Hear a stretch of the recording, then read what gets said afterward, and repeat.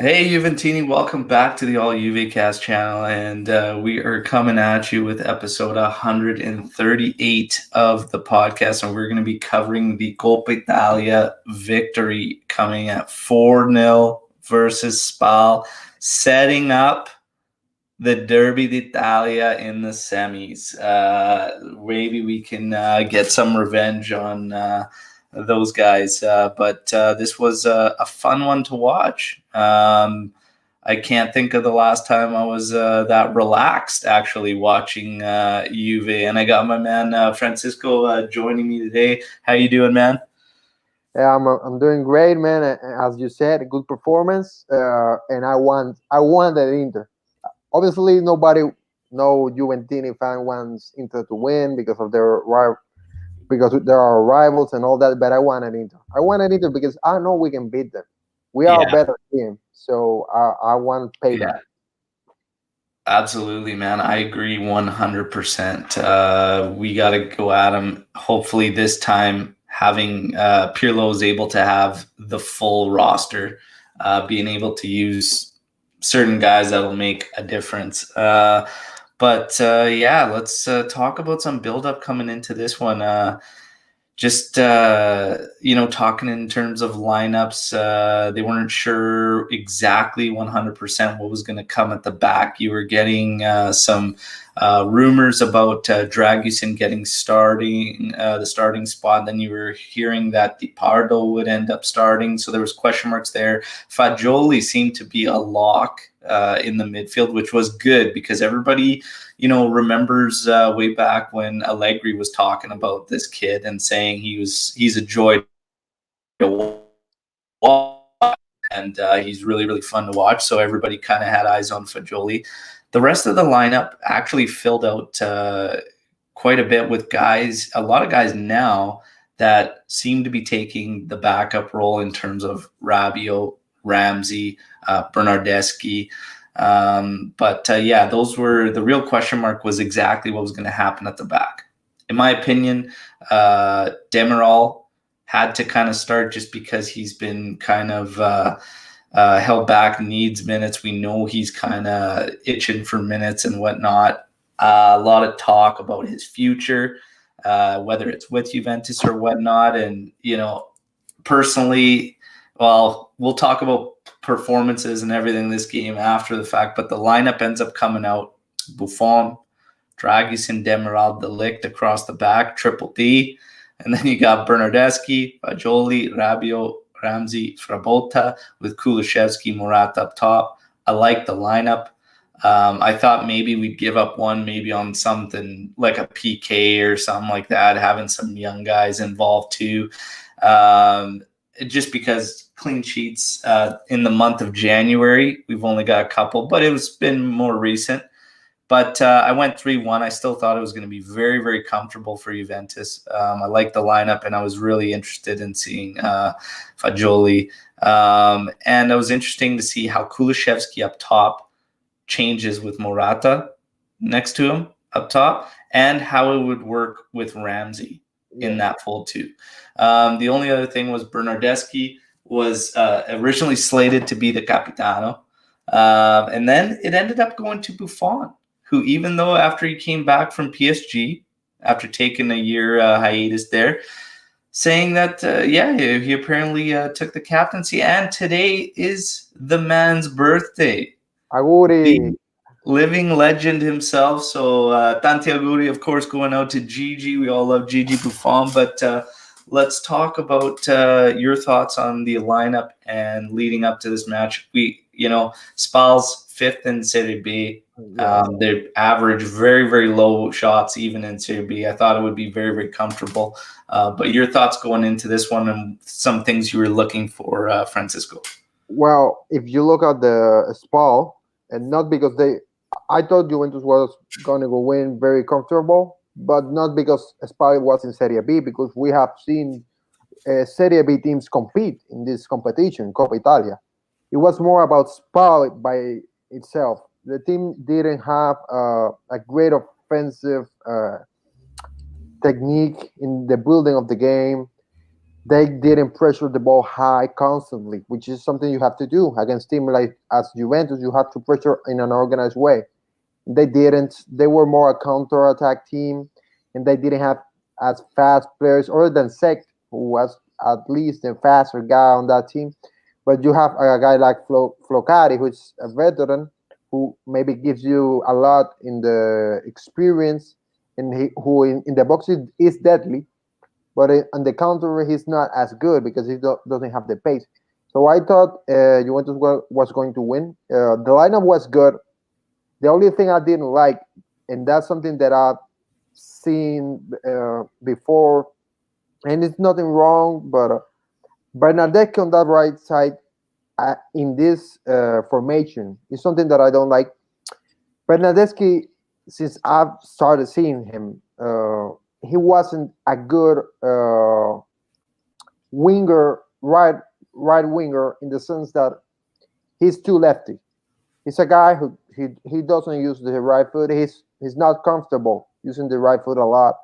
And in this kind of formation, when the wingers are alone, because you don't have the right back supporting you to expand the pitch. I never liked Bernadeschi in this side, the same as Kulusevski. Yeah. I thought he was going to be in the middle, like the Ramsey role, because originally I think he was a 10 in Fiorentina. He could play as a winger. He played as a winger, but his best position was a 10. So I thought Pirlo was going to try him as a 10 to see, not just to see, but he didn't.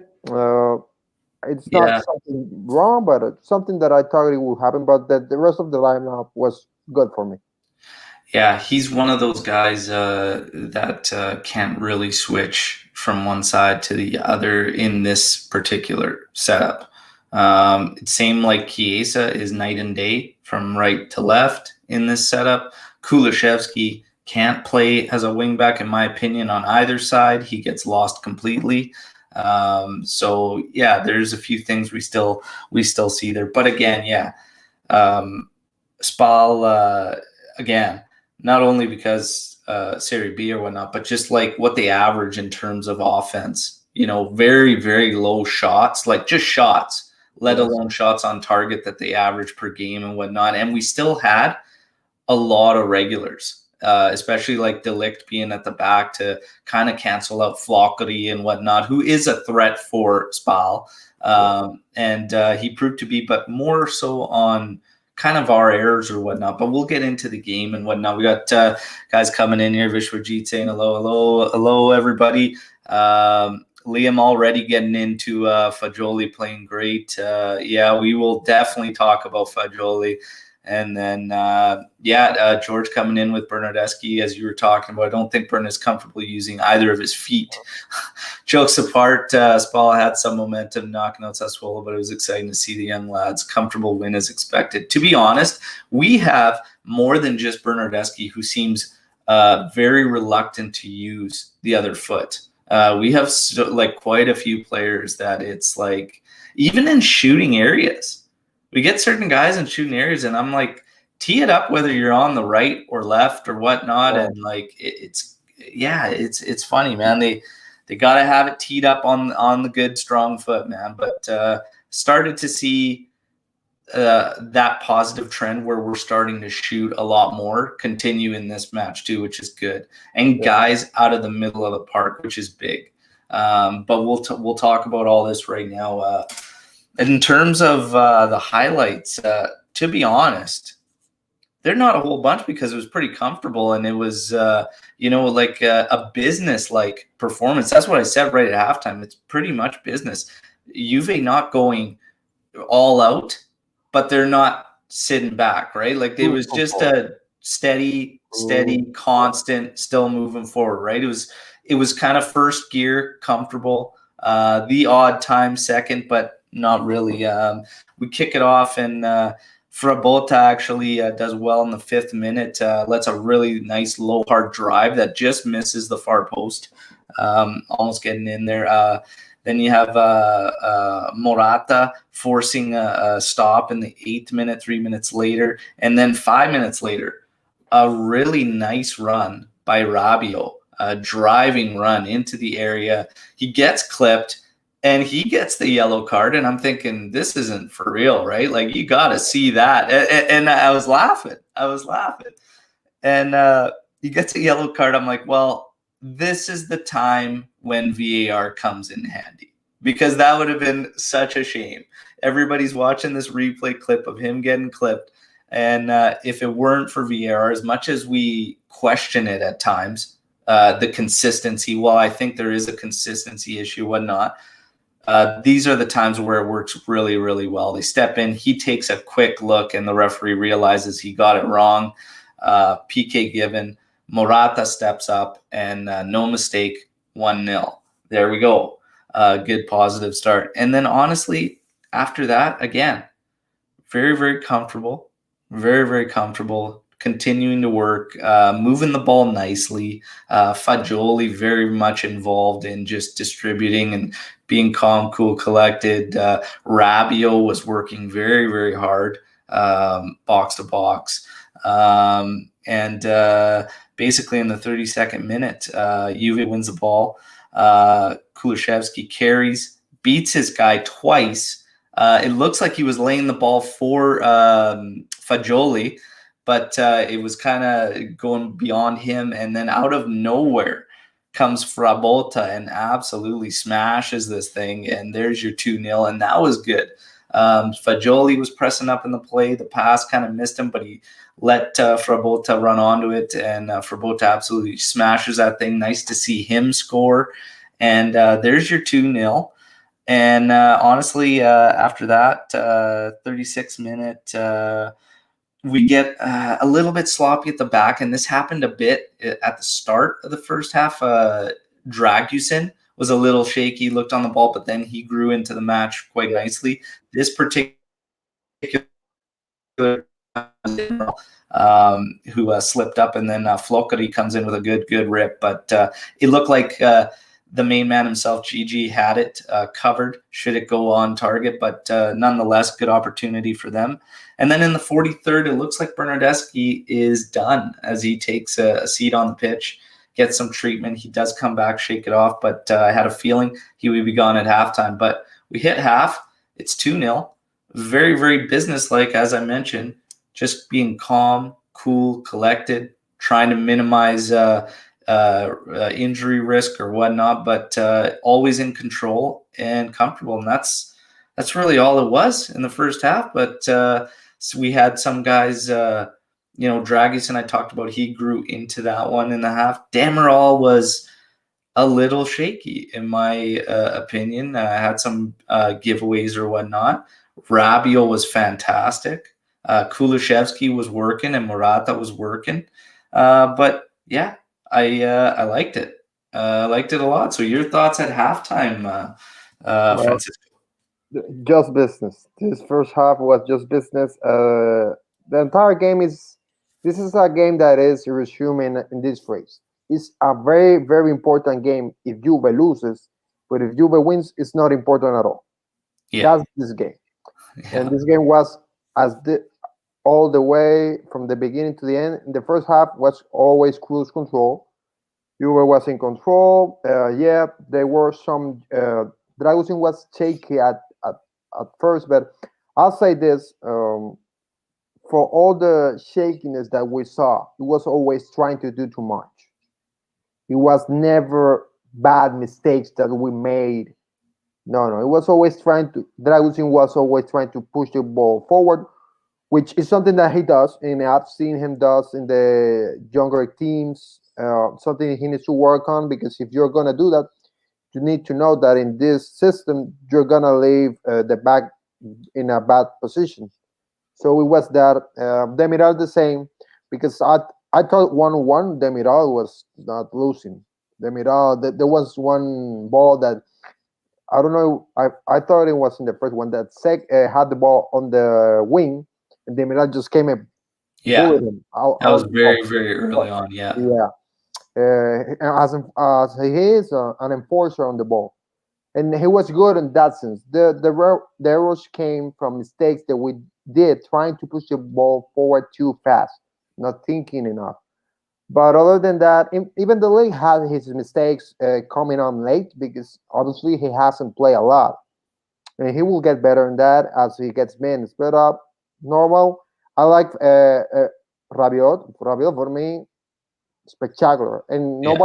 everybody's gonna say Fagioli because he's the new kid, and we understand he played a good game or the strikers, but Rabiot. Yeah, well, we'll talk. We'll definitely talk on all those as we get to the match reviews. But yeah, I feel the same way. It was just straight business.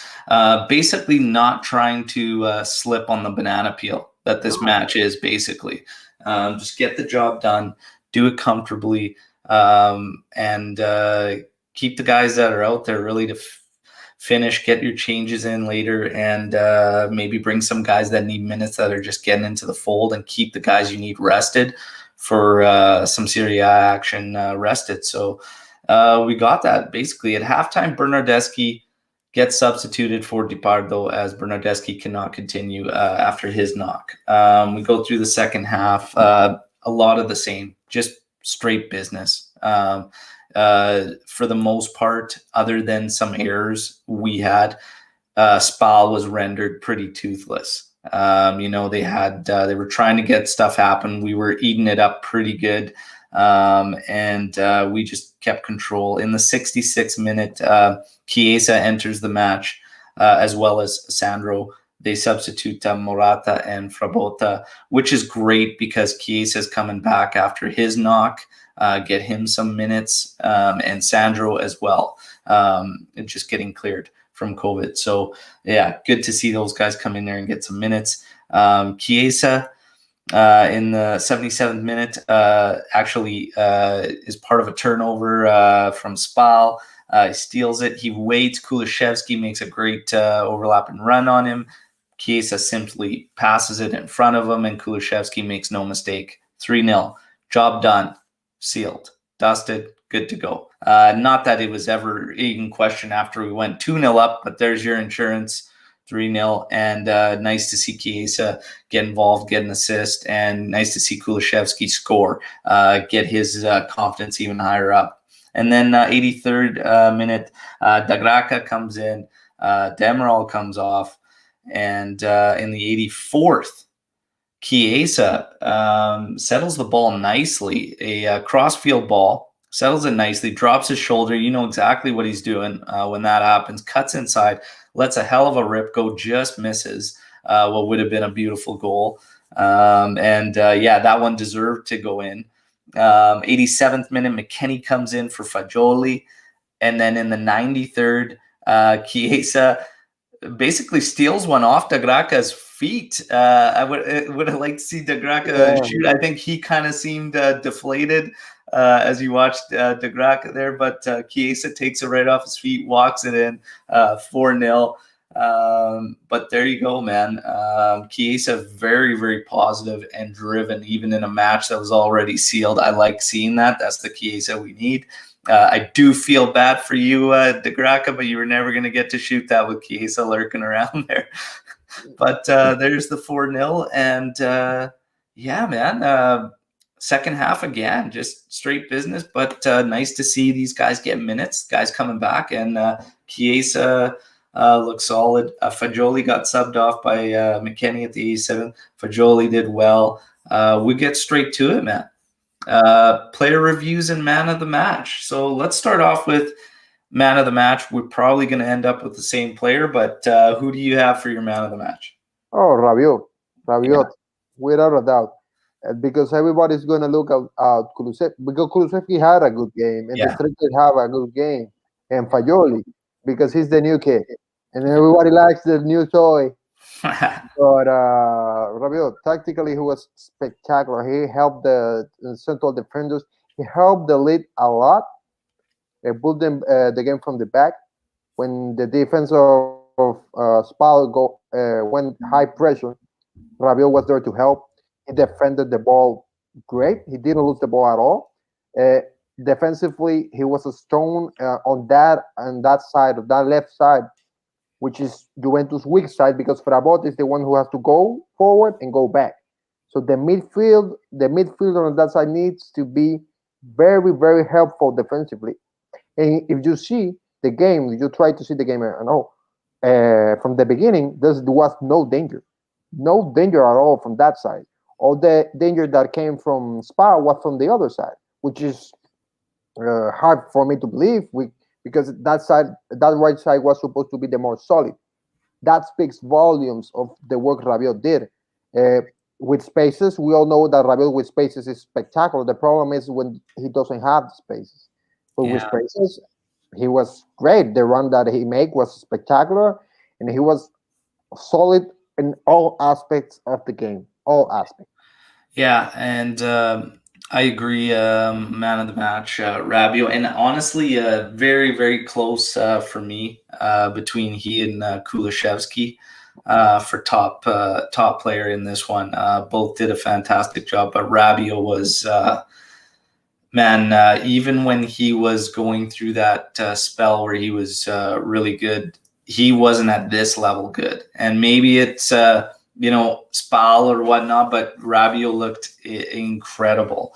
And as far as performances and player reviews, for me, Aaron Ramsey was non-existent as he should have been against this opponent. I would have liked to see more from him against Spal. He plays it very, very. When he's on, it's fantastic. But the problem is I find him to be very, very erratic in terms of performances. And lately you could say the same for Rabiot, as he's kind of been the same. And you see the other guys, Bentancur's kind of hit a little bit of a point here where he seems to be on an upward trajectory and a little more consistency. Artur, we've talked about, he just needs to be in because of what he does for us and providing that release, that escape from pressure especially. And McKennie is McKennie. McKennie's a tank, and he's got the energy, the work rate. So the midfield's going to be tough for Rabiot and Ramsey, in my opinion, if they want to look at being starters or in that position. Right now, they're kind of on the outs looking in, but Ramsey more so, I think, more than anyone. But we know how high Pirlo rates him. So it'll be interesting to see as we move forward that all eyes were always going to be on that midfield combination. And if Pirlo is going to kind of continue on with Benta, Artur, and McKennie being that go-to.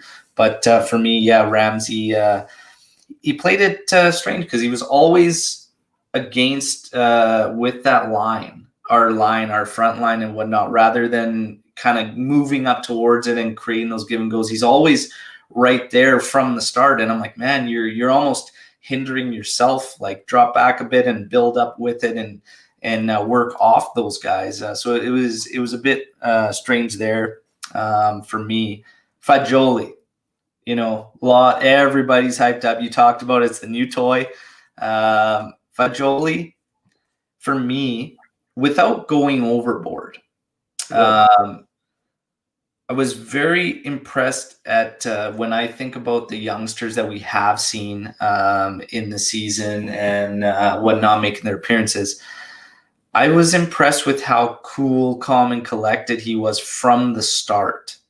There was no, it was almost like there was no jitters whatsoever. It was just calm, cool, collected.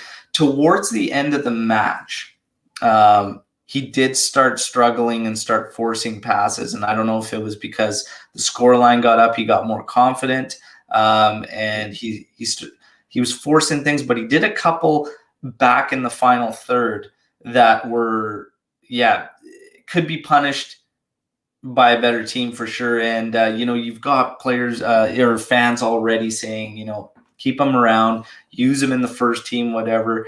And there's already a question going, first team Fagioli or loan out or whatnot.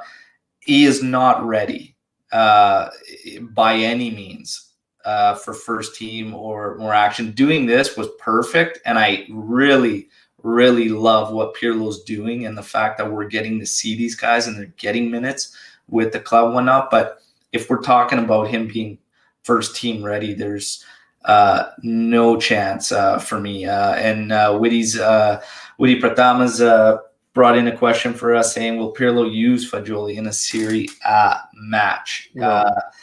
I mean, maybe like late in the season, depending what happens, but I can't see it happening, to be honest. And I don't think he's ready. That's just my personal opinion. We've got a really, really exciting talent there, I think, but by no means would I consider him ready in any way. Francisco, your thoughts, Fagioli? Obviously, Fajoli did a pretty good game, and other than from the youngsters side of things, the last guy that I saw getting and had that impact was Keane, the Yeah. last youngster, because he was a striker, and strikers are different because strikers is just shoot, and go forward. Obviously, midfielders and defenders are in a different position. The risks are different. But I like Fayoli. The thing that I like the most is the way he positions himself, always in a good position. Actually, the one that I love the most is it's one play that maybe he doesn't see. There is a play where Dragusin is moving forward and he's seeing it and he starts going back. And Dragusin loses the ball. And Dragusin, as he is as a defender, he says, no, I'm going to gain it back. And he pushes forward. And what Fayoli does is the young guy is going to go, oh, I'm going to help him, push forward. No, Fayoli goes back and covers Dragusin on the back. And you see that. And we get the ball back, and then Dragusin goes back and Fayoli moves forward. Those are the little, and there's a counter. The most dangerous attack by Spal is not a shot, it's a counter that they mismanage. Yeah. And the ball, Sek is looking forward and he's trying to avoid to shoot. And at that exact moment, Fayoli comes and gets the ball. Easy, we go the other way. But that's all about positioning. And it's easy for a young guy that is starting for Juve, who's the clubs of your dreams. From what I've read, he's a guy who is inside of Juve since he was very, very young. So it's easy to be like, oh no, I want to score, I want to look good offensively, I want to. But to have the head to think, to say, well, let me put myself in a good position in this play. Let me put myself without losing the risk taking factor, because they didn't lose the risk taking factor, but he was smart about it. And at the last, and those last minutes, he made some mistakes, and I don't know, because obviously the scoreline was what it was, and you are willing to take those risks when you know you're playing against Paul, you're winning 3-0, so you're willing to take those risks. It's not something that I got angry about, so it's okay. The thing that worries me is that I've read, I know we're going to cover this on Mercado, but I read a story that is saying that they are going to give it to Sassuolo for Scamacca. And I love Scamacca. You know I love Scamacca. Scamacca is my guy. But you do not sell this kid. Whatever you do, you do not sell this kid. No. That's the definite thing. So while that question hits, and again, I was keeping it, let's pump the brakes on Fagioli there. Like, good talent. Loved what I saw, but by no means is he first team ready. But by no means do we lose this kid. Like, no way. That's another thing entirely. It's just loan, sure, but no sell. Like, just absolutely no sale on this kid. It's got to stick around. And, you talked about the covers there and whatnot, and I noticed that as well, even for De Ligt. De Ligt got stepped in a bit there in the second half. In the first half, De Ligt was stepping up on his man, trying to chew up any kind of build-up from Spal, and Fagioli was quick to hold position and just see if he had to slot in behind him. And it's that was really impressive to see the mind, the soccer sense, like the football sense, right? it was working for him. And you could see that there was times too. I really liked when he was on the ball. He was always looking. He may not have delivered the balls, and sometimes they weren't there, but it was great. He was looking. He was always looking. And you see the kid with his head on a swivel at that age, man, that's impressive. For most, at 19, stepping in there, especially if it's been a dream to play for Juve and you come through the ranks, your head might not be in that state where you can actually have the presence of mind to be looking like that and just handling everything. But all his passes were crisp. He didn't until late in the end there, like I said, probably just got comfortable, confident in the scoreline. He started pushing some passes and got caught. But other than that, he played a great game, a very, very solid game. Siriato, I don't think. No. He's not ready. He's not ready. And George coming in here with, we have to look at the details of that potential Fagioli deal. It could be that Juve have a buyback clause or a first preference. Sassuolo is a good environment for him to grow. I don't disagree that Sassuolo is a good environment for him to grow. I think it is. But yeah, even at buyback clause or whatnot, I don't know. I think, I don't know. Why put yourself in that position if it's that promising from the get-go, right? Like, just why put yourself in a position like to even have to get into a buyback situation? I think you'd be able to find if it were a loan scenario where you don't have that option, right? And if we look grand scheme of things, there's other guys we could use. If we have to throw guys in for like Scamacca or whatnot, Fagioli though, I just, if the potential's there in that high, why set it up for that scenario, right? It's just like throwing money away. You don't necessarily have to. That's how I see it. Francisco, what do you think? No, I don't want them to put Fagioli in that deal, especially because, and this is good for Sassuolo. They are a good project. Sassuolo is a very good project, who's well managed, and they are not like Lazio or Napoli, who are delusional about the prices. They will sell what I believe good prices, not low prices, good and justified prices. Like the Locatelli price, I think it's a justified price. Do we want Locatelli for €2? Of course. We want them to sell us all their best players for nothing, but that's not how football is. And to give Fagioli to Sassuolo, it's a risk because they are smart and they're gonna say, "Oh, but if you want it back, you're gonna have to spend their money." And I don't think that's not necessary. If you want to do a dry loan to Sassuolo, I have no problem. Yeah. He will get maintenance with De Zerbi. He will get better. Of course, he will get better. De Zerbi, as I said before, is a great coach. He will get better. He will develop himself. But to sell, no. That guy, no. That we can sell other guys. We can sell even Gasolina. We can send them to Sassuolo. But Fagioli, no Fagioli. Yeah, I tend to agree there. Alker coming in, Alker 7.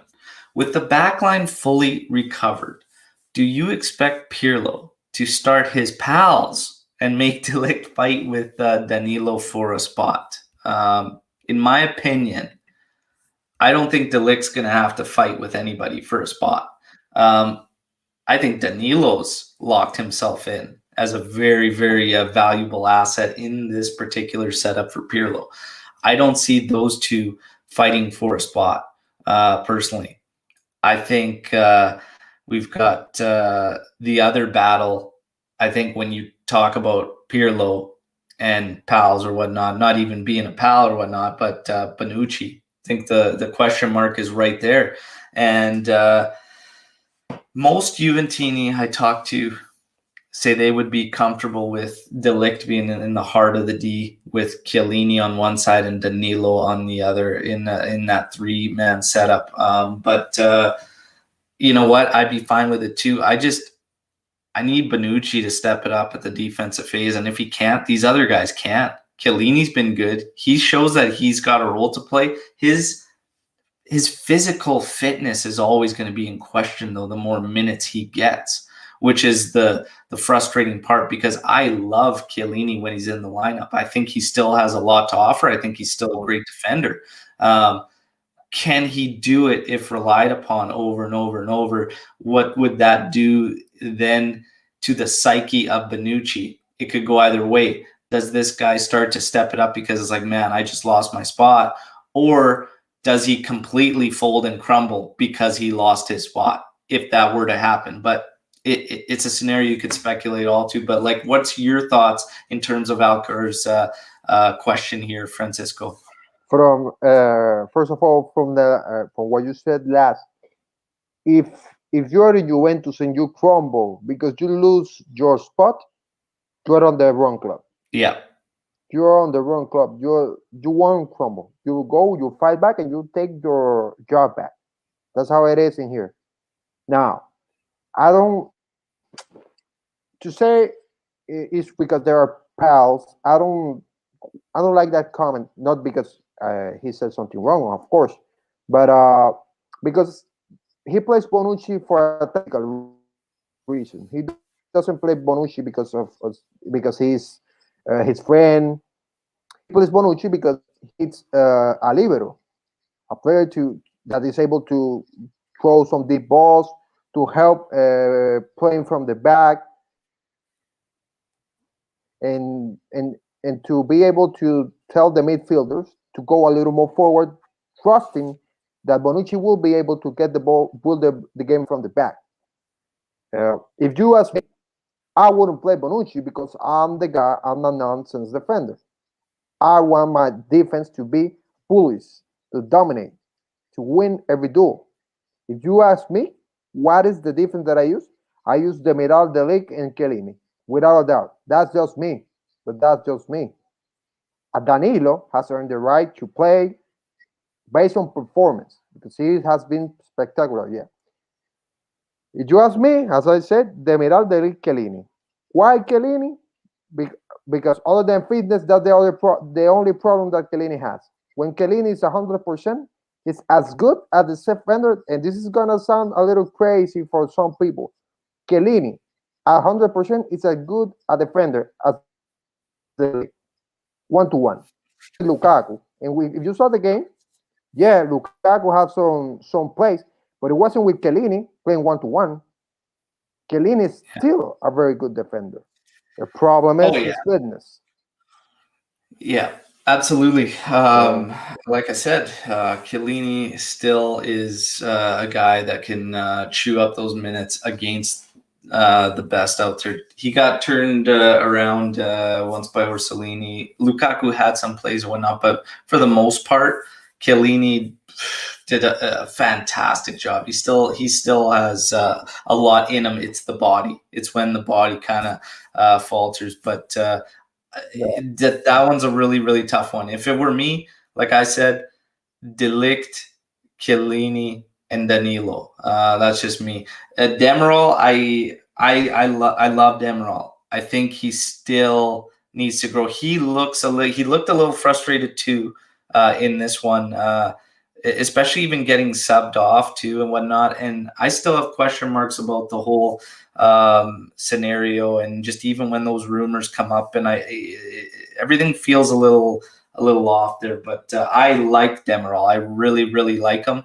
I think it would be a shame if we decided to go a different route. Dragusin, I thought grew into that match very, very well against Spal. There's talks he's going to be extended to 2025.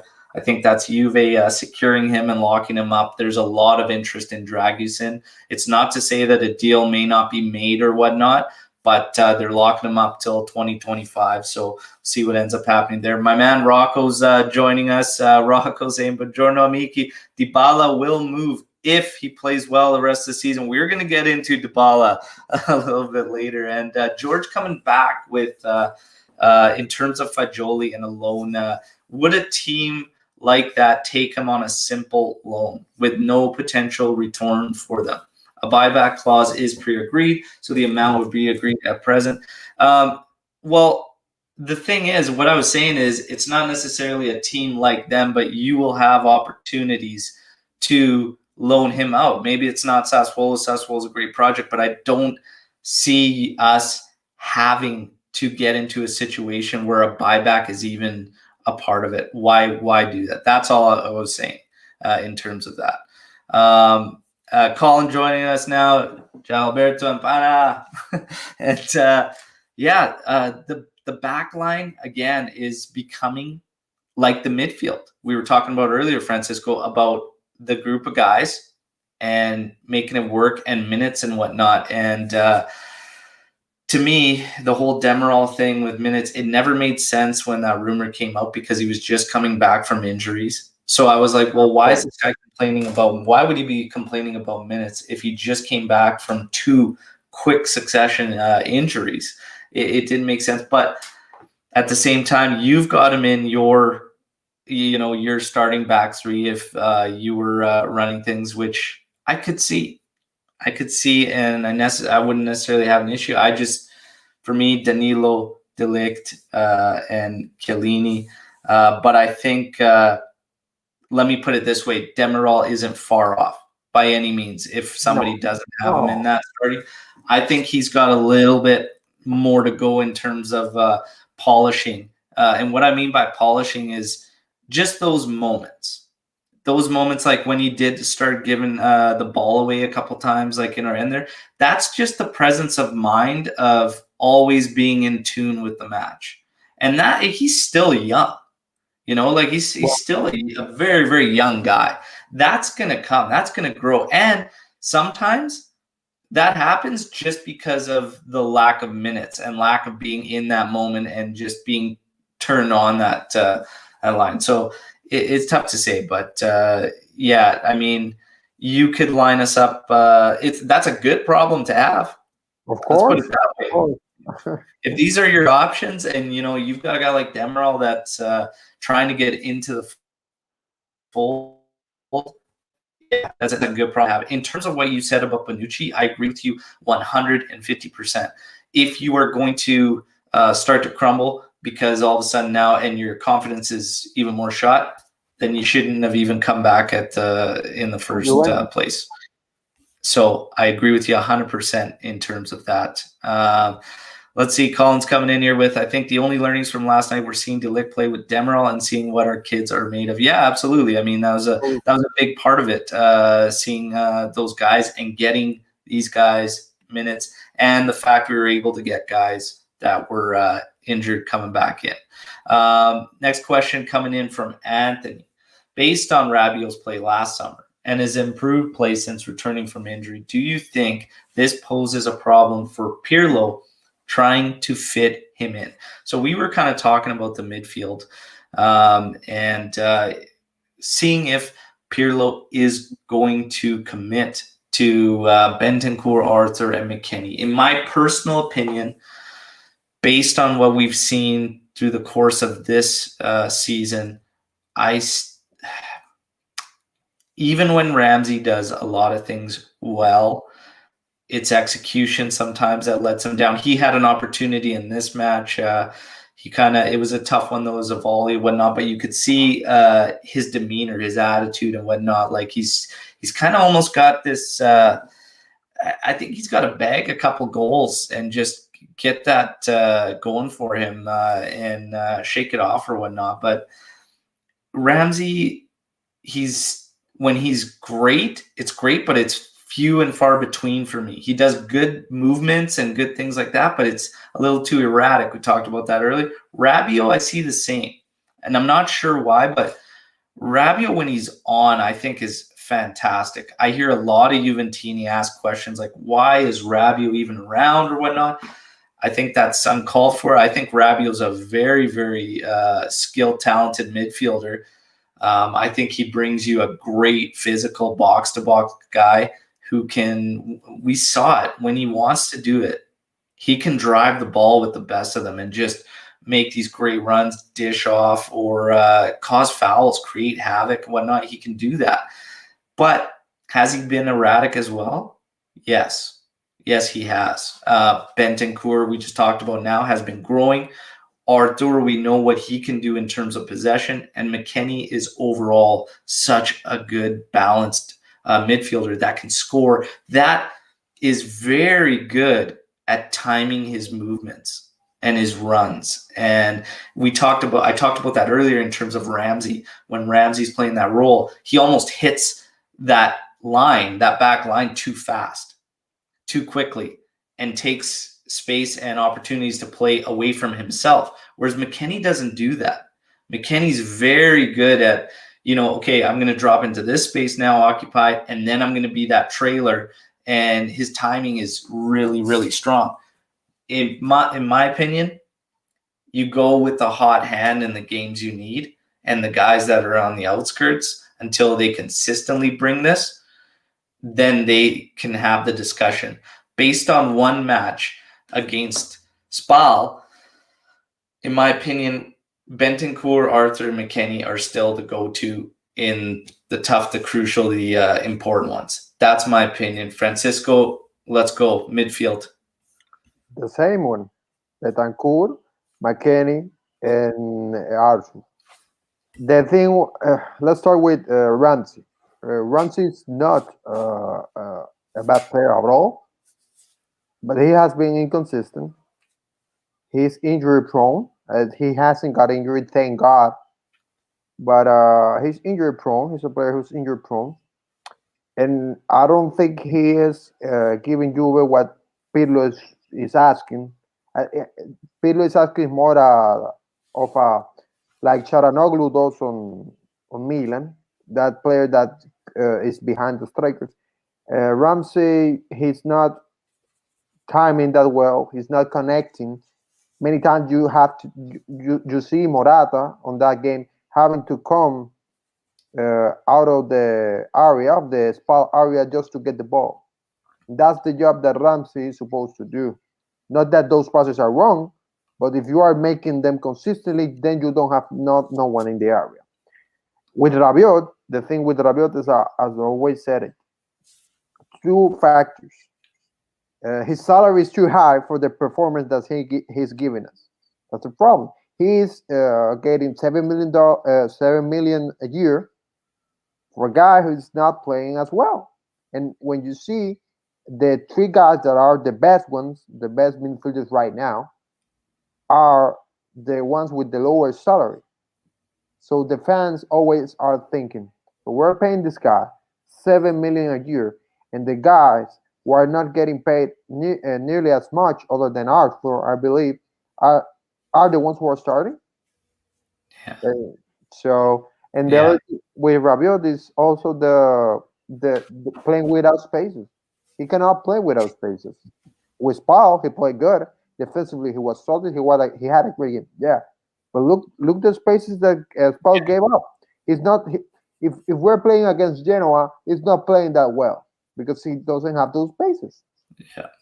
Yeah, that's exactly it too, right? And that's exactly why what I said was you can't base it off this match. You simply can't. So you continue on with the hot hands, Bentancur, Arthur, and McKennie. Now let's keep her rolling with what we wanted to discuss. Well, you've got the Mercado. So, Francisco, you wanted to discuss the Mercado. It's always a roller coaster in terms of rumors and all this. And I said it, I still stand behind it because there's still time. One move, one player that actually joins this lineup. But, Francisco, talk about the Mercado. Well, I got to say, first of all, I wanted to talk about the deal with Sassuolo, giving them Fagioli. We talked about it before. Yeah. I don't like it. As I said before, if we get Scamaca, we get him because we paid loan fee or because we gave him another player. We're not those kind of players like Fagioli to give it up. The other thing I'm noticing is that the Juventini fans want a striker at all costs. Yeah, but they are not looking the type of striker that we need. As I said before, we don't need a striker that is going to move around the area. We need a target man. So if you talk about, let's say, Quagliarella, when that rumor started, believe me, I love Fabio, because when I started being a Juve fan, Quagliarella was the guy, and I love him. Yeah. But he's not the striker that we need. Not because he's old, just even if he was 100% and he was 25, he wouldn't be the striker that we need. We need a target man, because Morata cannot be the only one doing the dirty work on the area. And another guy who's able to do that. Yeah.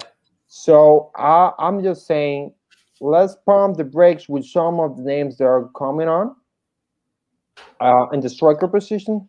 And also, I'm gonna say it, I don't want Pogba Juventus back. Yes, not because I don't love him, because believe me, I love him.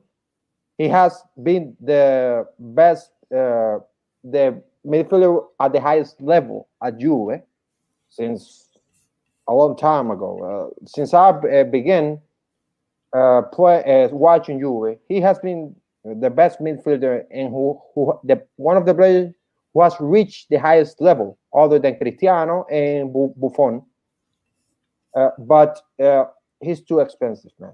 He's too expensive. His salary is too high, and there are better options in the midfield. Not saying that because of Aioli, because how we say he's not not ready. He's not ready. But I'm talking players like Locatelli, players like De Paul, and I keep saying it. This De Paul guy, Juventini fans are not looking at him in a right way just because he plays in Udinese. But go back and see the game against Inter, the way he played.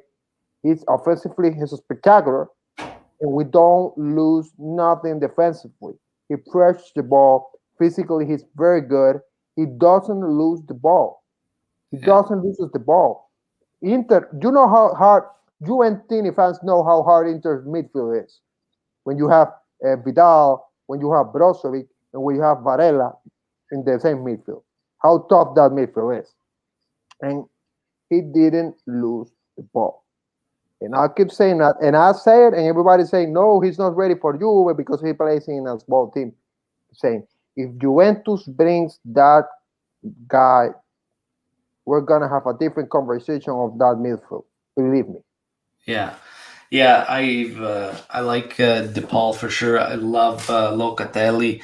I honestly, like, with all the rumors, everything that when it was circulating, I've always said, would I take Pogba back 150%? Do I think it's going to happen?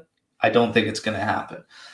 When you factor in, again, exactly what you said with the money, I don't think we're in a position to make that work unless we really make some moves. And then, of course, comes the discussion now with Dybala. Dybala's image rights, which were an issue in being able to move him previously, are now done and dusted.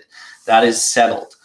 This, to me, will be that's the factor right now that is going to dictate his future. Those that think it doesn't affect his renewal, that's wrong.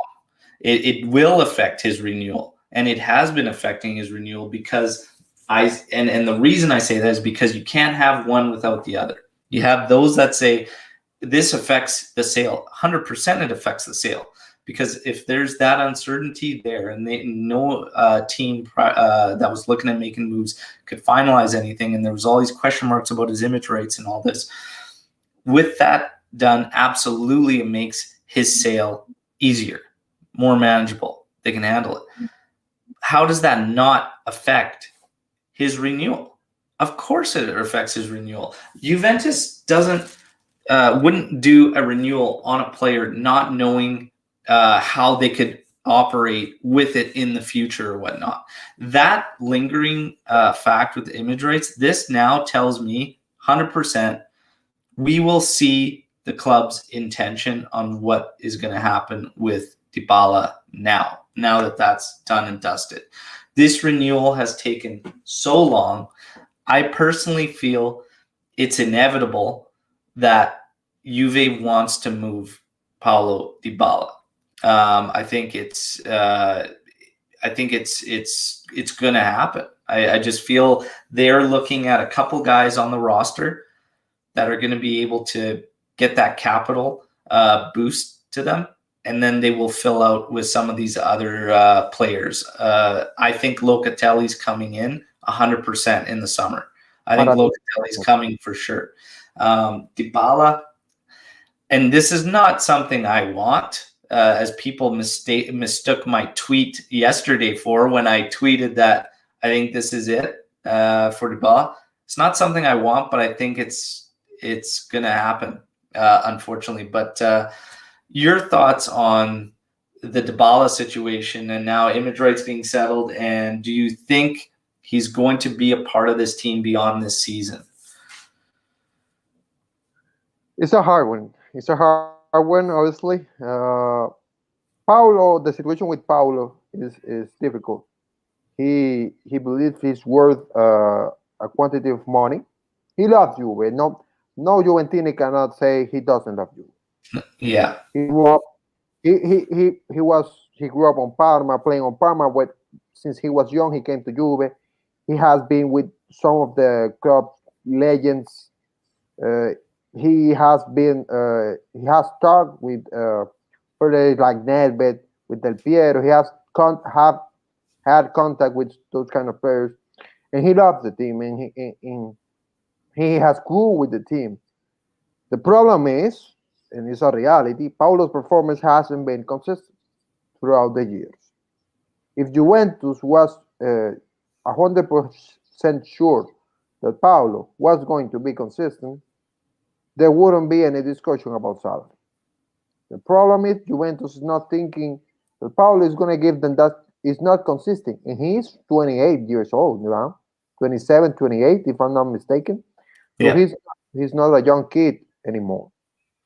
At one moment, Juventus needs to think: if I sign this man for 15 million, and he doesn't pay out to be what he's supposed to be, what he has the potential to be, then where I'm left out.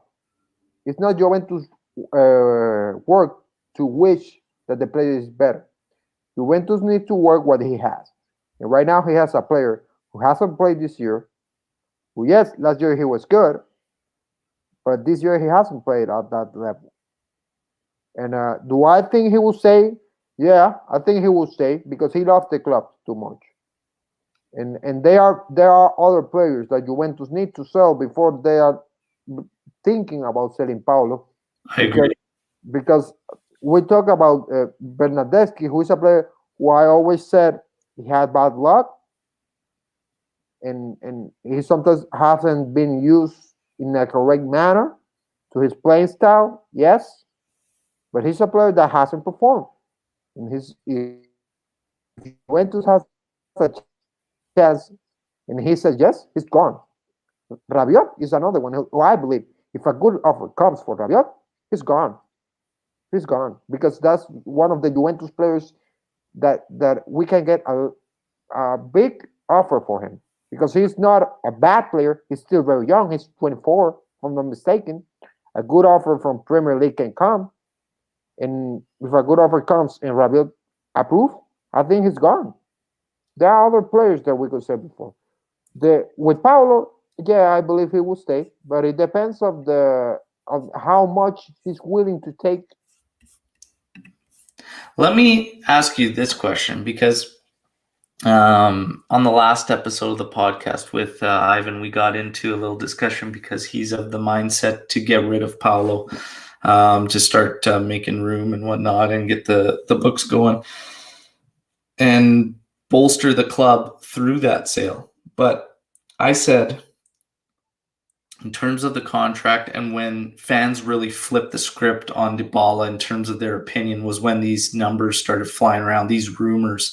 And obviously, Paulo Dybala has had some unfortunate luck in terms of injury, COVID, and bladder infection, all gastrointestinal issues, like all this stuff in this season, which has been so unfortunate for him. But in terms of financially, and what he's asking. And I said this on that podcast. If he wants the same pay as De Ligt, I personally don't see an issue with that in my mind. And Ivan there had he didn't agree because he says, well, De Ligt's one of the best in the world, whatnot. And I'm saying, yeah, but in terms of what Dybala has done for the club, a whole body of work, when you bring up players like Bernardeschi, these other guys, Paulo Dybala has been huge for us. He does pose an issue in terms of how you play him, how you deploy him, how you use him, and fitting in. He does pose a bit of an issue there. But when he's on, he's simply spectacular. And he does, stuff you have to really understand football. Like, it doesn't always equate into numbers, what he does. And that's where I think a lot of the problem lies in terms of fans, because they just see forward, goals, assists, but they don't see a lot of what he brings and how he improves everyone on the pitch and the team and what he was doing in terms of our play. And this goes back to the battle when people didn't believe he should have even got the Serie A MVP, whatnot. And I know that's debatable in terms of statistics, everything like that, but he was absolutely phenomenal last season. And if we say, if you and I still stand behind this, if right at the end of that season, you put that number in front of Paulo Dybala that makes him level with De Ligt, nobody would have said a thing. Nothing. Nobody would have said a thing. They would have been like, yeah, absolutely, no problem. And I just don't see anything changing from then until now, other than the fact that Dybala has been incredibly unfortunate with the injuries and COVID and everything like that. In my opinion, if he were to get the same money as De Ligt, I'm perfectly fine with that. Your thoughts on that, Francisco? Well, Dybala, as you said, has not played a lot this season because of different injuries, bad luck. And I completely agree with you. People are saying, oh, that's too high of a price because of the moment that he's playing right now. If you put that contract before in front of Dybala last year, everybody would say, oh, sign him today. Yeah. Sign him today because he was playing at a great level. I never think, oh, he's asking too much. He doesn't love the club. No, that's his work. And you can love your work, but you also know what your worth is. And there's nothing wrong with Paulo thinking that he's worth 15 million, to say a number. There's nothing wrong with that. There's nothing wrong. I didn't get angry. Obviously, I can disagree. Juventus fans can say, well, if you look at how you're performing, you're not worth 15 million. And frankly, if we look at all your years through your Juve history, there have been some years where you haven't played at that level. So I think he will stay. This image right thing is gonna help a lot. He's gonna stay, and he's gonna get paid. He's not going to be overpaid, because that's something that I like about the way Agnelli, Paratici, and Nedved are looking at things right now. Because with Marotta, we did some free signings that were very expensive. But right now, we're not willing to spend. If I'm not mistaken, the trade with the young between Ake and the other young kid from Juventus that went to Marsella was for money, because Juventus was not willing to pay what the quantity of money that he was asking. So you need to be very careful obviously with the salaries, especially in this COVID situation. But there's no doubt in my mind that Paulo will sign with us. And Juventus is not a selling team. We cannot be saying, "Oh, let's sell out players because then we can buy." This is not FIFA, guys. This is Yeah. not PES. Juventus Yeah. is not Sassuolo. Juventus is not Borussia Dortmund who sell their players. We are Yeah. Juventus. If a player is good and we have the money, we pay him. If Yeah. it's not, then he leaves. Yeah. Yeah, and George coming in there saying, other than Dybala being unlucky, let's not forget 3 managers in 3 years factor. Oh, Allegri played him oh. out of position. With Sarri, he seemed consistent and settled, and then injuries and change in manager. Yes, great point as well. You mentioned Marley Ake there, picking him up, and yes, same agent as Awar. Obviously, Awar still a name floating around with Juve. Whether this is, this deal is kind of a setup. The same thought is there for Scamacchia. A bit of a setup for the Locatelli move later on, and that's all. That's all fine, Danny. I want to ask you your thoughts on Awar and if he would join Juve and whatnot, and just your thoughts on that particular player and how you feel about that rumor and him joining Juventus if it were to happen. Well, he's a very talented player. Obviously, he's young. He's very talented, and he's the poster boy that every Juventini wants. It's crazy how much everybody wanted Awar. Understandably so, because obviously his performances last Champions League were very good, and Juventus had a problem, still have some problems in the midfield creatively. Uh, can he come? Yes, because the player likes Juventus. That's something that is very important. The player likes Juventus. It's not a second option. It's not a second. An example, when people were talking about Alaba, the problem I said is, yeah, but he's not seeing Juventus as a serious option. He's seeing the Spanish teams as serious options. Awar is seeing us as the serious option, and then if the things don't work out, then he goes to another club. That's something very important. That if he comes, it's good. Depends on obviously on the fee. We're not. I don't want to pay something extraordinary, ridiculous for him.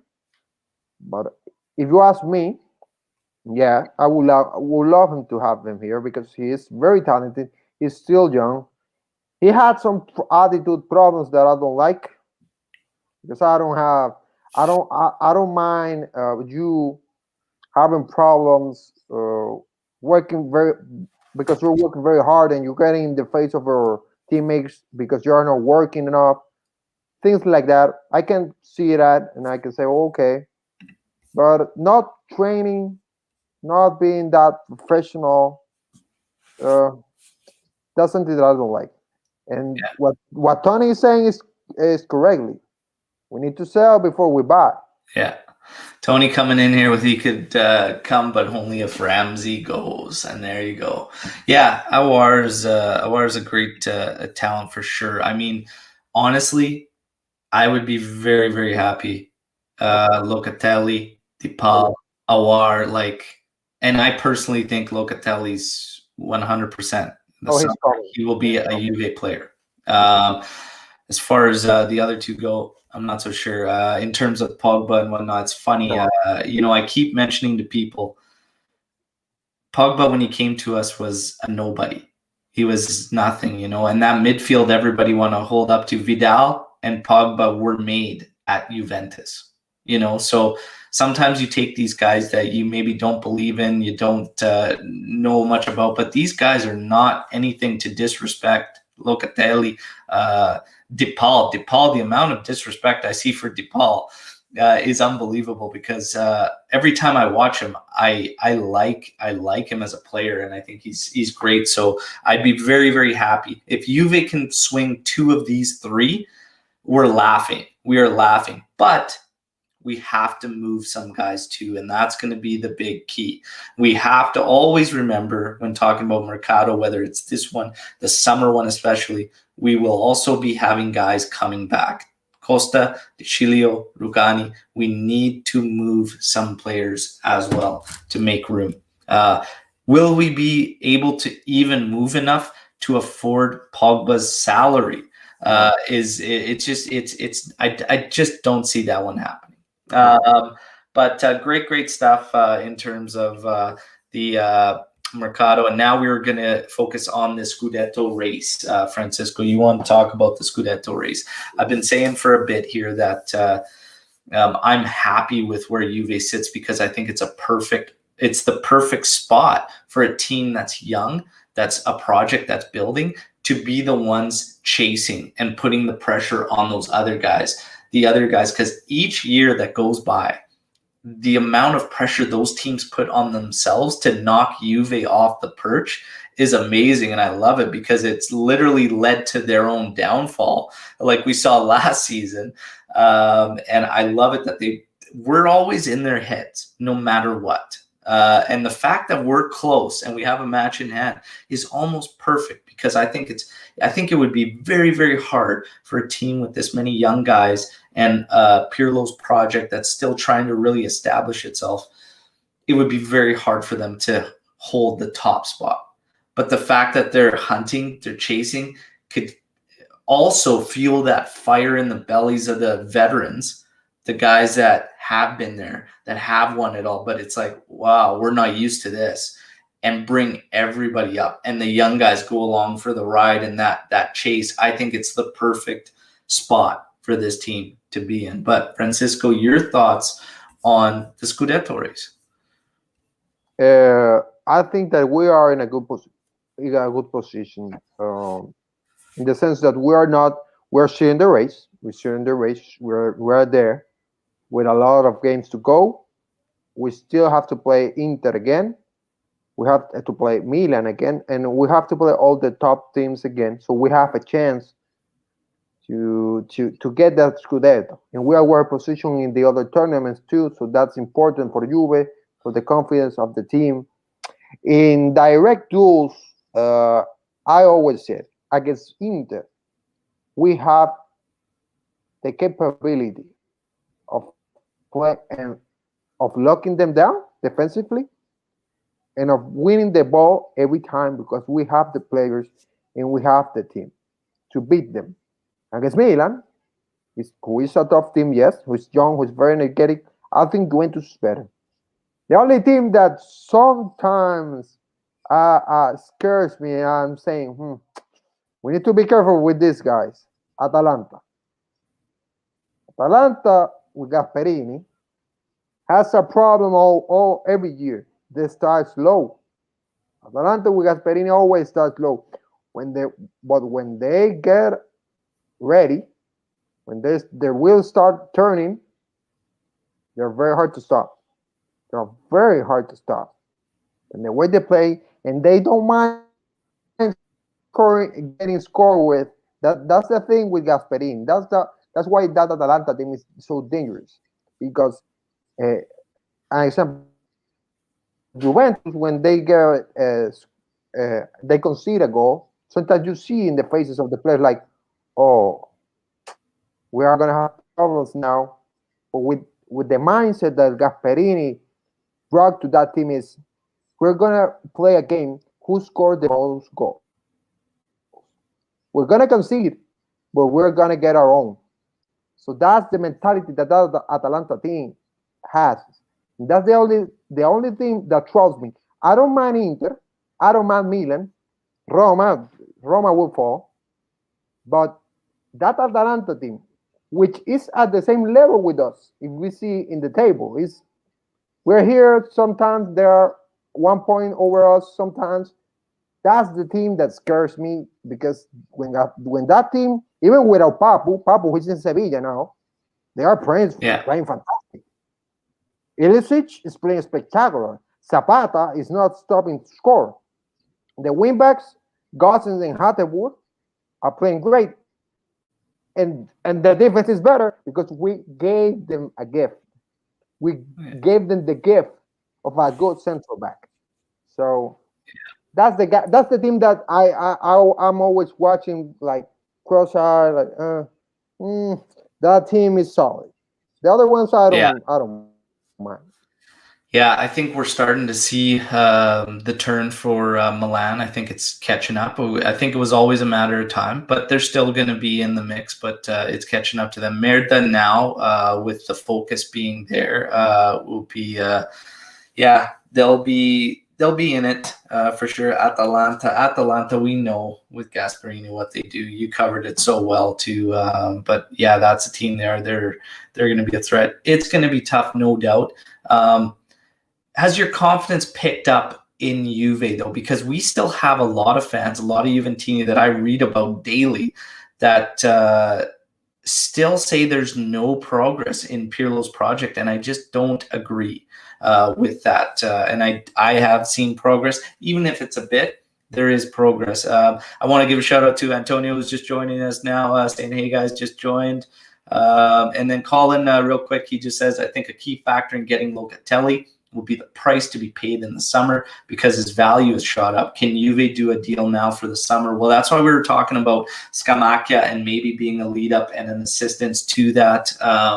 But yeah, I think Juve's gonna. I see them making a move for that before Pogba. It's significantly less, even if his value shot up. It's just it's. Yeah, significantly less. So I see Locatelli as being 100% joining Juve, which is going to be very, very exciting. I know of many people that probably already have that kit set up and saved in their timeline there at the Juve store, waiting to get it for this man, Locatelli.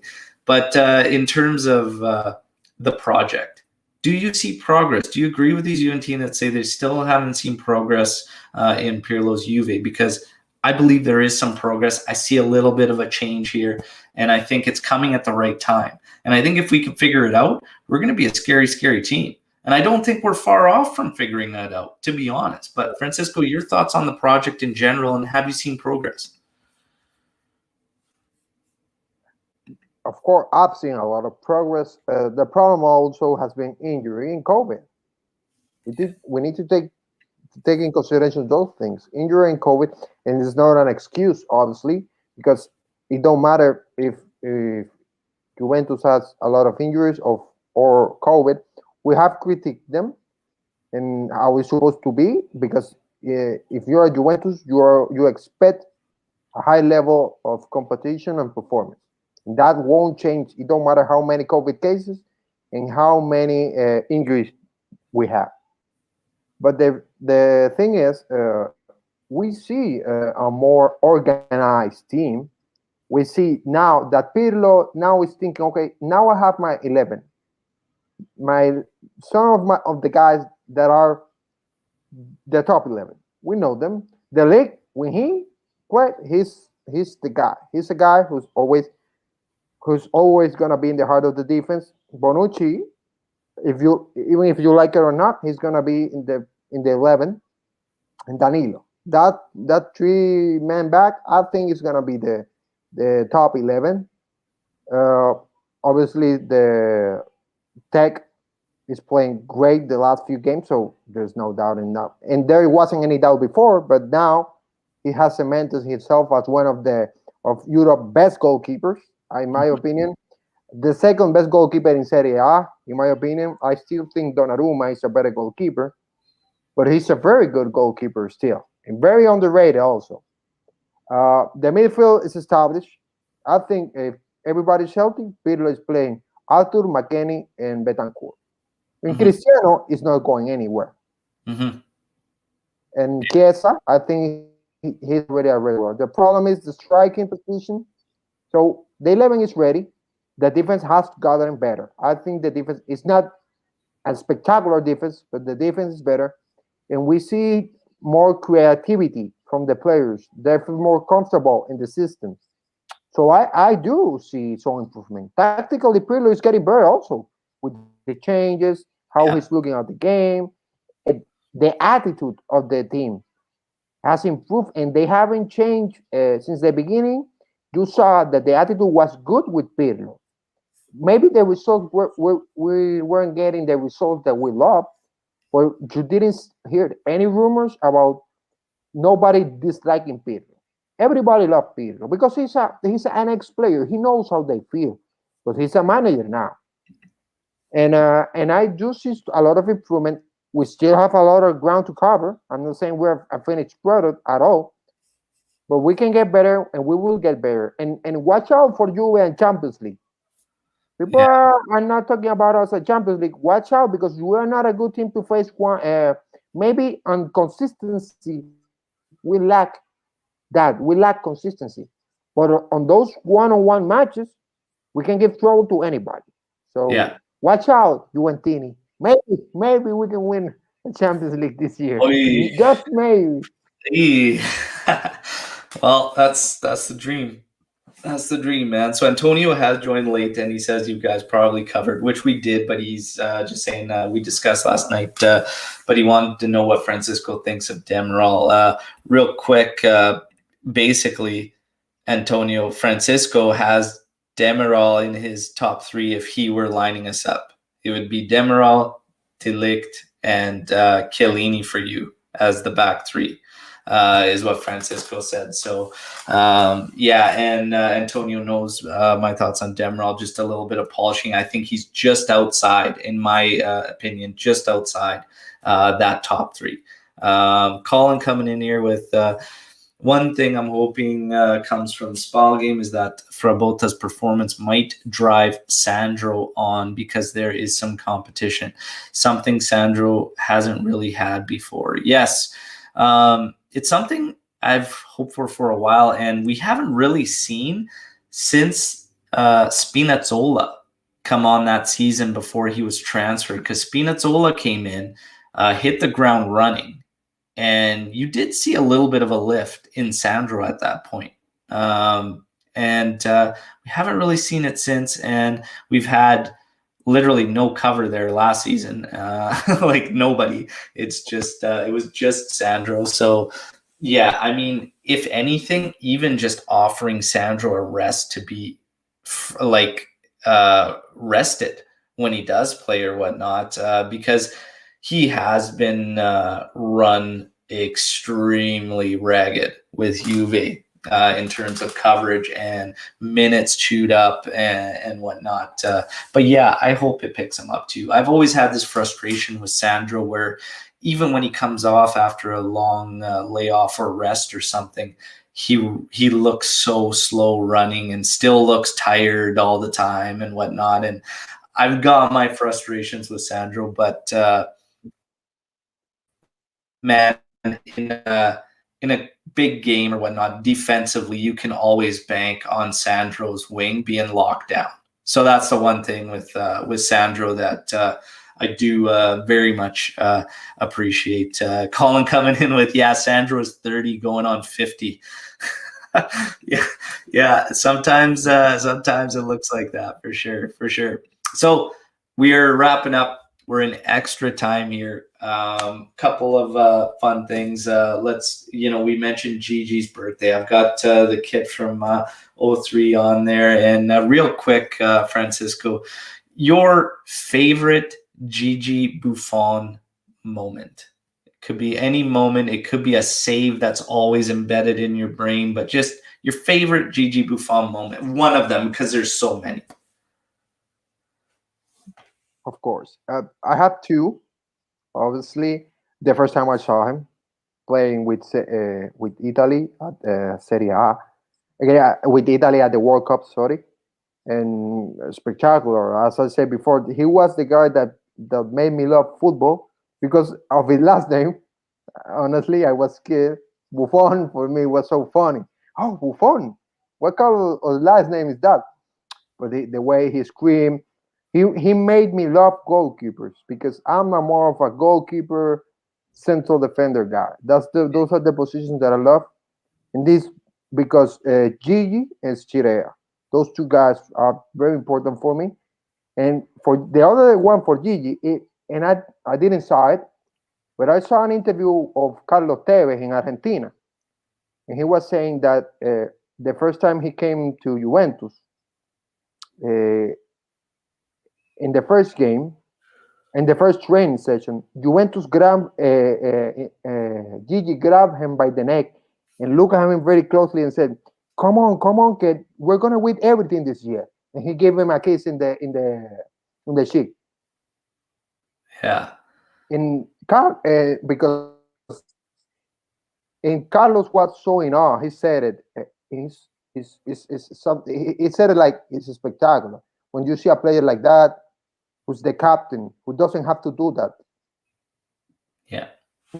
who is very who could be an asshole, quite frankly, but he's not. He's just so he loves life, and you see it, and he will curse you out if he needs to.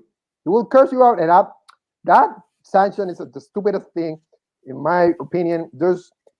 That happens in all sports. I've played sports before, and as long as it's not something obviously racial or about questioning the sexuality of somebody, of course, those things are not permitted, and we don't accept those kind of things. But you're gonna curse someone out, like get your position.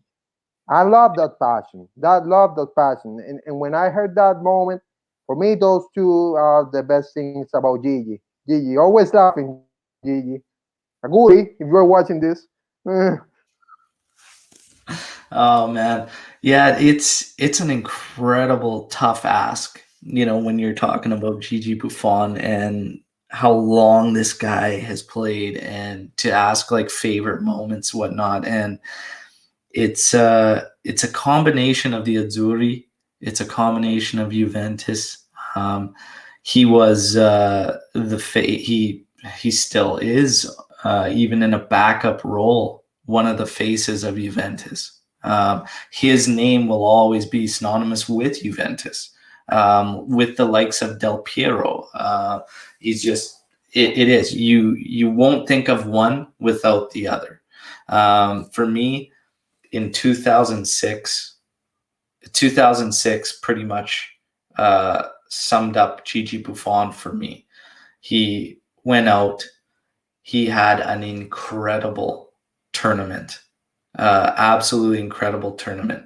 The save on that header from Zidane is embedded in my brain in 06. We go on. We go to kicks. We win the World Cup.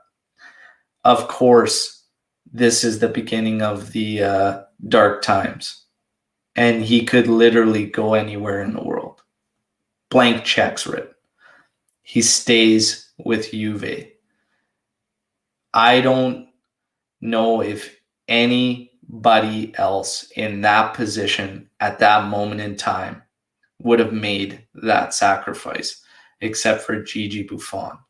And the words that he said, actually bringing up the fans and how he was always loved and respected by the Juventini and the way he was treated. Even factoring in to the decision of staying. Like it was, he said it was almost like it was not even a question. It was like, yes, like, let's do it. Let's get back, like it's unbelievable to think of. And it's something I'll never, ever forget from Gigi. And it's insane. It's insane to think about because, he could have literally went anywhere in the world, but he stayed. And then in terms of moments, I mean, playing Real Madrid, that penalty save on Figo, like it's embedded in my brain. And then the yelling, the shouting after, he gets you so pumped up. Just this keeper with this immense presence, one of the times that as much as it pains me, I love about Gigi Buffon is that comeback at the Bernabeu against Real Madrid. While we make this match, with each goal, you see him turn to the visiting crowd and celebrate. Like you see it in him, and he's looking for the Juventini amongst the crowd, and he's running to them. He's celebrating with them. And then when that moment happens, he literally was every single one of us. He literally was the embodiment of every single Juventini out there. And it was honestly, it was incredible to see because I was there with him. Like I literally felt like all my emotion was running through Gigi Buffon, man. You were going to say something on that, Francisco? And he's so respected, not only by the Juventini, but from every Italian fan, which is something that is not common. To go to another to go to a Lazio game, perform and get applauded, that doesn't happen for everybody.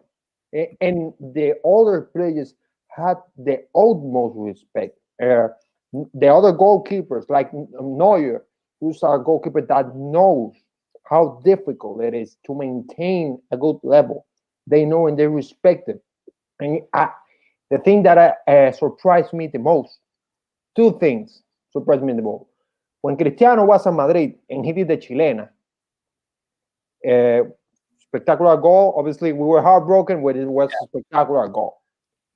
Gigi go behind his back and tap him in the leg and say, "Good goal." And I saw that. And then there's a repetition in Cristiano. It's like, "Thank you." And when he scored the penalty at the Bernabeu, when they were interviewing Gigi and at the back, Cristiano comes out and he goes, "Scusa, Gigi, I'm sorry. I'm really sorry." Like the level of respect. Neymar, Gigi played one season in PSG, and they asked Neymar, "Who's your top 11 all time for you have played in PSG?" Gigi. Yeah. And he didn't perform as well, but what he brings, the respect. And I will tell you, because you said the only one who have done what Gigi did of staying in that position was him. I will challenge you that I will give you two names: Del Piero and Trezeguet, because I saw a video of Maldini, who's, I don't know if you know him. This is a Spanish commentator, and he said that he was having a dinner, and Trezeguet was there, and he asked him, "Are you staying? Where are you going?" And without hesitation, Trezeguet looked at him and said, "I'm staying at Juve. Things are hard. I'm not going anywhere. I'm staying at Juve. That's my club." And those kind of players, those are the mythic figures that will stay with Juve forever. Especially for me, because when I got to know Juve, we were bad. The only time we were not good, we were in seventh place. I didn't know that Juventus was so big. And when you learn about the sacrifices that they made, you come to appreciate that. That's why I respect a lot of players like Gigi, like Gattuso, like Maldini. Yeah, that's true, man. That's absolutely true. It's incredible to think, but Striped Arts Apparel, I had to put these guys because you gotta, to appreciate where you are, sometimes you gotta remember where you came from. So we got the Lialta shirt with those guys. Yeah. Decided to stay. Nedved. Oh. You got Nedved, Del Piero, Buffon, Camoranesi, and Trezeguet. Ooh. The big five. And this one was a special one of the first ones I made for Striped Hearts Apparel. And you have to, in order to appreciate where you are now, remember where you came from. And what those guys did was tremendous. Buffon, in terms of himself, he was ascending and he was at a level that was insane, right? But you cannot take away the other guys that stayed as well. Chiellini was also very, very young. People want to throw Chiellini in the mix there as staying back, but he was just beginning. Chiellini had no idea. No. Chiellini was fresh face for Juventus at that time, but people are right. Chiellini was there for Serie B. Another guy that was lingering around was always one of those guys that worked so hard, that was underappreciated. Birindelli was there. Yes. For Serie B as well, and helped the cause too. So while it was a dark time, you really learned a lot about your club and it's what it means to players to be a part of it when they are making a decision like that and a sacrifice like that, like they all did for Juventus. And essentially it's supporters. Because they all talked about it and the love that they get from the Juventini, and Buffon was a big part of it. So everybody enjoy Gigi's birthday. Send out some nice tweets, some posts to the guy. Maybe you'll get lucky. He'll share some on his Instagram. But you guys, this was a fun one. Francisco, thanks for joining me. This was a fun watch, man. Juve against Spal. It was nice to see Fagioli in there. Dragus in. It was nice to see Kulishevsky continue to build on hopefully what is now a home for him positionally. But more importantly, we got the guys some rest. Ronaldo wasn't even out there. Hopefully he hits the ground running in Serie A. It kicks off again with Sampdoria. For those of you that still don't think there's progress, I will tell you this. At the winter break, we were concerned about the month of January. We have low-key, really under the radar, only so far, knock on wood, dropped points in one match. That's it so far in what was this big, crucial month for Juventus. Knock on wood, only dropped one match. And like Francisco and I talked about, possibly doesn't happen if we have certain guys in the mix. And I know we can do better than what we did against those clowns, okay? And we'll get an opportunity to get our revenge, and I think we will. But you have to be positive about this month of January. Juventus has done great work. They've dug in deep. They're in a good spot in the race, and it continues this weekend against Sampdoria. And, of course, we started off the season with a good 3-0 victory against them. And this is going to be a good match. It's going to be fun. But the race is on, and we're very much in the mix, Juventini, and things are starting to go our way. We're getting healthier. We're just waiting for Paulito to come back. But enjoy the race. Francisco, always a pleasure. Everybody that joined live, thank you very much. It's been a blast, and I'll be back for Match Day Live when we face Sampdoria on Saturday morning. And then, of course, another podcast after with another great guest. Take care. Until then, as always, Forza Juve, fino alla fine. Ciao.